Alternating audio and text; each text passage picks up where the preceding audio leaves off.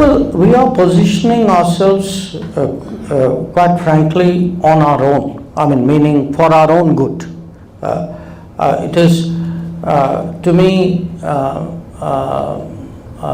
unthinkable that economy which is the 5th largest in the world, which would definitely by the end of the decade be the 3rd largest in the world, not have a significant manufacturing base. Because if you don't have a manufacturing base, you're not going to get innovation and technology, which is a corollary of manufacturing. And if a country like us, with our human resources and talent, doesn't have that technology and innovation, honestly, we are wasting our human talent. So if I were to work this backwards, to me, in a way, our economic future and all the possibilities, when we speak about AI, and you speak about EVs, and you talk about space and drone and underwater, I mean, these are all within the realm of possibility. If we actually gear up to have the capability and the human resources, the trained human resources, and the culture of creativity and innovation to deal with it. So how do you do that? One, to frankly make the country easier to do business, which has been very much the focus in the last decade. To make it much easier, not just for business, but for people to live, ease of living. You debureaucratize, cut down the rules, the paperwork. Try to create a modern infrastructure, which has been very much the focus of our efforts here, and where, in a way, I would argue, where really very big changes have happened in the last decade. If you look at some of the numbers, and quite honestly, if one were to even look at the comparative state of infrastructure, I think there's a lot to be said for what is happening in India. I mean, in the last decade, we have built 75 new airports, which is about 7 airports a year. We are laying roughly about 10,000 kilometers of roads every year, about 4,000 to 5,000 kilometers of railways every year. If any of you who's been to India and traveled on a train, I mean, I think you would recognize the enormity of that transformation which is going on. If one even looks at education, at talent exploitation, I think again, roughly you've had 7,000, broadly speaking, new colleges and higher training institutions which have come up in the last decade. So there is a very deep churning which is taking place in India, much stronger capacities. I mean, pretty much in any sector, if you look at the first 50, 60 years of what we did in India, and you look at the last decade, we managed to double. And there's a very broad estimate that I'm giving you.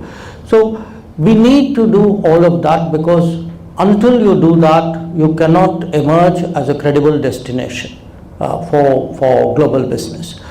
And you cannot then become part of the global supply chain. I think today we have reached that point. I see we have, if one looks at GCCs, really the explosion of GCCs in India today, and see the exports. I think GCCs today probably directly generate between $150, $170 billion of exports. Or if one even looks today at how relevant we have become to finding effective solutions in many areas. Digital public infrastructure would be one. Space would be one, where we would be globally competitive. Vaccines would be one. Pharma would be one. So you are actually seeing this emergence of India as a serious economic alternative. I accept that there is a lot to be done. I'm sharing this not to say, to me this is a kind of a takeoff point which we have reached today, and we are very hopeful that there's much more that could be built on this foundation. India has been active in forums such as the G20 and the UN. What reforms do you believe are necessary in global governance institutions to reflect the realities of the 21st century? You know, it's interesting that you put G20 and UN together. And I'll tell you why it's interesting. Because before the G20 came, there was something called the G7. Okay, the G7 were primarily Western countries. Japan for this purpose was a Western country. Now, the G7 finally reformed. It reformed under compulsion. That when the global financial crisis of 2008-2009 happened, the G7 realized, G7, G8, because Russia was part of it then, they realized that they couldn't handle this on their own and they needed to expand it and bring in other countries, and that's how the G20 came about. Now, the UN Security Council today faces the same predicament as the G7, which is, if you look at the big issues of the day, actually they've not been able to do very much. You have what's going on in Gaza. You saw there's a war going on in Ukraine. You had this Iran-Israel stuff. You had the biggest challenge of the century in the pandemic. And I ask you, where was the UN in all of this? Nowhere. So, if we are serious about keeping the UN relevant, which we believe in, it's not our case that the UN should be done away with. But the UN needs updating, UN needs refreshing.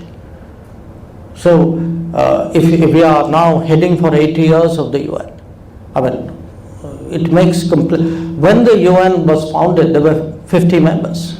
Today there are almost 200. So think of it in any domain. If there's a quadrupling, if your shareholders have quadrupled, if your numbers of students have grown 4 times, if your employees have grown 4 times, how can you continue working the same way? It doesn't make any sense. But the G20 shows that it can be done. And we hope at some stage the UN, because I can tell you the majority of members want change. That the problem is a few who are blocking it, using arcane procedures and wanting. I think they're not even serving their own interest well, because what they are doing is they think they're protecting their interest, but they're harming the institution. So overall, actually, their investment is getting less value there.